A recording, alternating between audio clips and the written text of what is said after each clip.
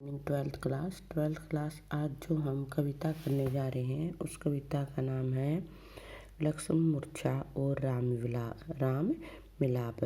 देखो बेटा जी, एक और कविता दिखाई दे रही है, उसका कवितावली है, लेकिन कोविड-19 के चलते जो सिलेबस कट हुआ उसमें कवितावली को कट कर दिया गया है।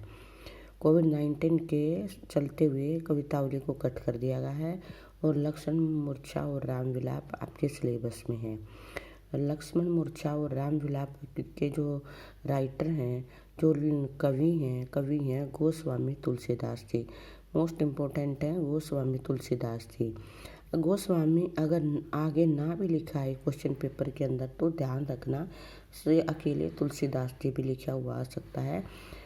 तो गोस्वामी तुलसीदास का पहले हम अपन जीवन परिचय करेंगे।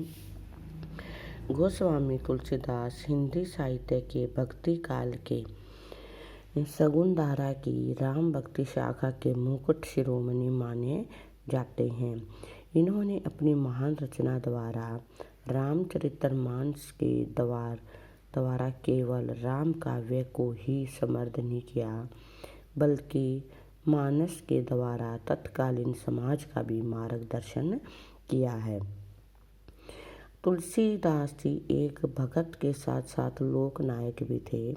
तुलसीदास जी का जन्म स्थान, तिथि, परिवार के बारे में विद्वान एक मत नहीं है।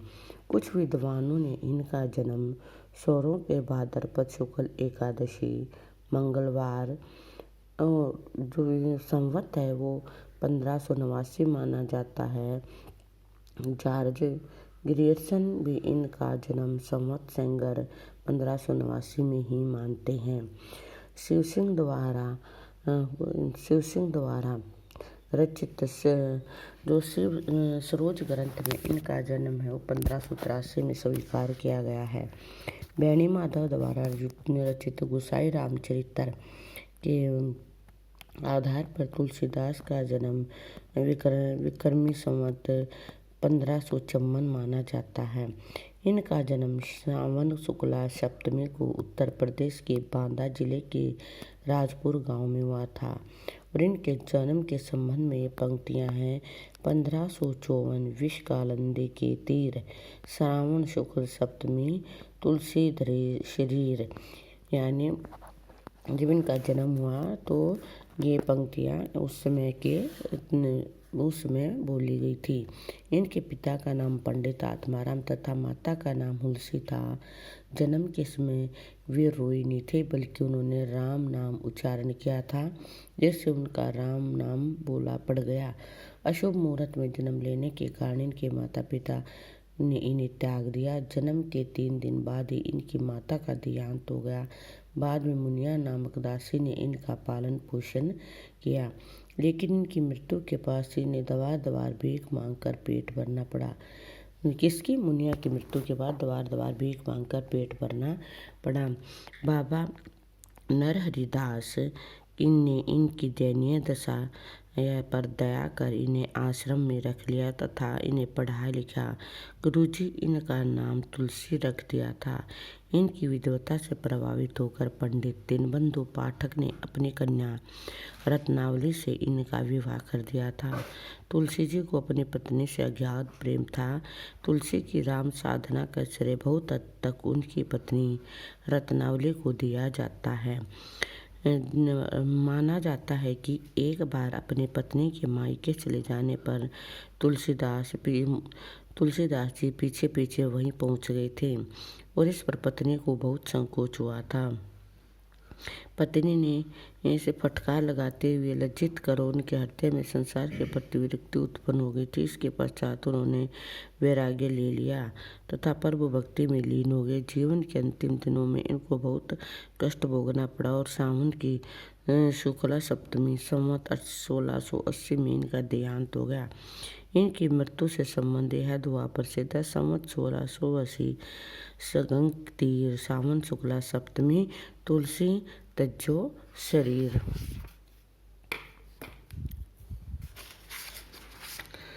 तो जो यहाँ इनकी फिर रचनाएं आ गई हैं और जो रचनाएं हैं इनकी रचनाएं आपने तुलसीदास के साहित्य ग्रंथावली नाम से प्रकाशित। इनके रचना अनुसार तुलसी के नाम लिखे ग्रंथों की संख्या 37 बताई जाती है, लेकिन विद्वानों ने इनके केवल 12 ग्रंथों का प्रमाणिक माना है। विद्वानों ने इनके कितने ग्रंथों को प्रमाणिक माना? 12 ग्रंथों को ही प्रमाणिक माना है।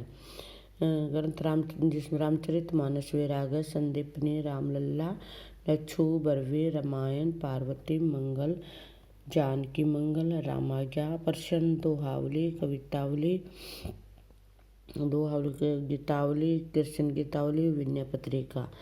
यानी फिर जो नीचे दिए गए हैं तुलसी के नाम से प्रचारित रचनाएं, जो तुलसी जी के नाम से प्रचारित रचनाएं हैं, इनमें अंकावली, बजरंगबाण, भरत मिलाप, हनुमान चालीसा, हनुमान पंचक, हनुमान बहुगुण गीता, भाषा छप्पर, रामायण आदि ग्रंथों का उल्लेख किया गया है, परंतु विद्वान उन्हें तुलसी की रचनाएं नहीं मानते। इनकी साहित्यिक विशेषताएं राम भक्ति धारा के सर्वश्रेष्ठ साहित्यकार माने जाते हैं। इन्होंने अपने राम भक्ति के माध्यम से भारतीय जनमानस के जीवन में चेतना जागृत की। इनका साहित्य लोक मंगल की भावना से परिपूर्ण था।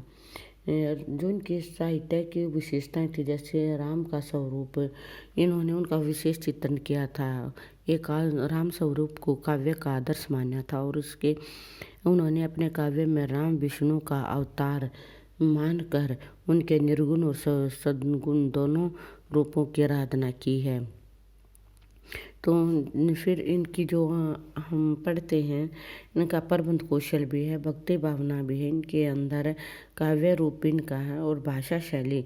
तुलसीदास जी एक महान विद्वान थे। उन्होंने अपने साहित्य की रचना अवधी तथा ब्रज दोनों भाषाओं में की है। उन्होंने दोनों भाषाओं का सुंदर प्रयोग तथा कर श्रेष्ठ साहित्य सर्जन किया है। रामचरितमानस में अवधी तथा विनय पत्रिका आदि ब्रज भाषा का सुंदर प्रयोग हुआ है। अवधी भाषा में तत्सम शब्दावली का प्रचुर प्रयोग हुआ है। इनके साथ साथ उन्होंने भोजपुरी, बुंदेलखंडी, राजस्थानी, फारसी आदि भाषाओं का भी प्रयोग किया है। इनकी भाषा जो इनका काव्य, उसमें अलंकारों का भी सुंदर प्रयोग हुआ है, छंदों का भी प्रयोग हुआ है और रस, तुलसीदास जी को इस रस सिद्ध कवि कहना कोई अतिशयोक्ति नहीं है। उन्होंने अनेक भाव एवं रसों का सुंदर एवं सजीव चित्रांकन किया है। इनके काव्य की भक्ति प्रधानता होने के कारण शांत रस का सर्वत्र अभिव्यंजना है।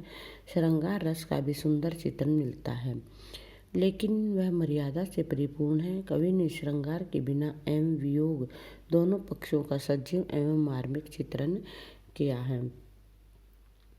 सजीव और मार्मिक चित्रण किया है, लेकिन वह मर्यादा से परिपूर्ण है।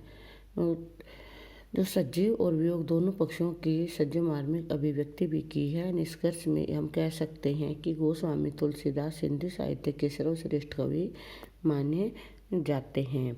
इनका संपूर्ण काव्य आदर्श, लोक कल्याण एवं सवन्य की भावना से उत्प्रोत है। वे सच्चे अर्थों में लोक नायक थे। तो आज जो स्टूडेंट्स हमने जो कविता की है, जो भी हमने आज रीड किया है, उसमें हमने पहले कवि परिचय को रीड किया है। तो कवि परिचय को रीड किया है, आपने इसको अपनी फेयर कॉपी में भी राइट करना है।